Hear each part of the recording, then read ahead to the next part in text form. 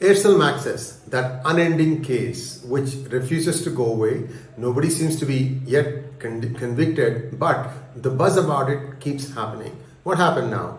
Well, yesterday in the Supreme Court, they appeal challenging the two-judge order of the Madras High Court was entered into by Dr. Subramanian Swamy through his lawyers. What really happened here? Well, Dr. Swamy had made allegations about the involvement of the Chidambarams in Aircel-Maxis scam. This was sometime in the 2011-12, I don't remember the exact time, but it was UPA that was in power. Well, Karti Chidambaram, he thinks himself as being a very smart individual. Nothing wrong with that. Everybody thinks that they are very smart. What he decided to do was he decided to sue Dr. Subramanian Swamy in a Singapore court for this Aircel-Maxis scam. And he used his Singapore subsidiary, Advanced Strategic Consulting Singapore Private Limited, to issue that notice to Dr. Subramanian Swamy. Now, here is where things get real interesting.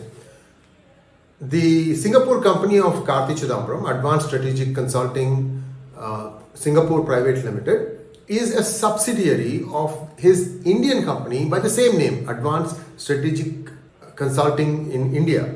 And this company, which has been the one that has been accused, is based in India. And the accusation came that the bribes were done in India. The accuser himself is an Indian citizen.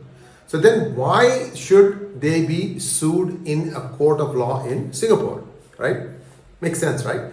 So when the crime has happened in a certain country, why go and fight it out in a different country? So in 2014, a single bench Madras High Court judge, he stayed on this particular defamation suit, saying that this doesn't make sense because this is the parent company and the parent company is the one that should be issuing the defamation suit. So things stood there. On 26th April 2023, a two-judge bench of Madras High Court vacated that stay, saying that the Madras High Court, that single judge, did not have jurisdiction to pass an order that would stay a case that was supposed to be held in Singapore. Now, how did they come to this? One doesn't know, but clearly my question as a person who is a lay person, but I have some idea of the law. I have a few patents and these things usually end up litigated in the court and I have to go and testify and so on and so forth. So my question is, why is it that a crime committed in a country A should be tried in a country B? Very simple question.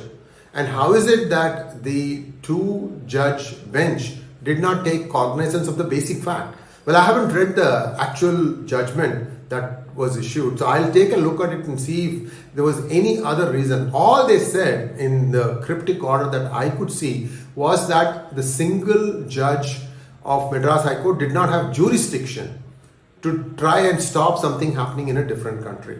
Well, what has happened is now that two-judge bench order of 26th April has now been challenged in the Supreme Court by Dr. Subramanian Swamy. And the Supreme Court has issued notices. And we have to wait and see how they take view of this reversal of the stay by the two-judge bench of Madras High Court. So this is a very interesting way to do things, and my guess is that this will be overturned, the two-judge bench order. Again, I am not a lawyer, so don't hold me to it. But it doesn't, see, the thing is, logic dictates that when a crime happens in a certain country, and the company that has committed the crime is incorporated in that country, then that is the place where the lawsuit should proceed. In fact, most companies in the United States, when at the time of incorporation, they will say that any disputes with regard to this company should be in a particular state of USA, California, Delaware, what have you. So it is that state and that court that somebody has to go to sue this company. So we'll see how this plays out. Thanks for watching. Please like, share and subscribe to our channel. Don't forget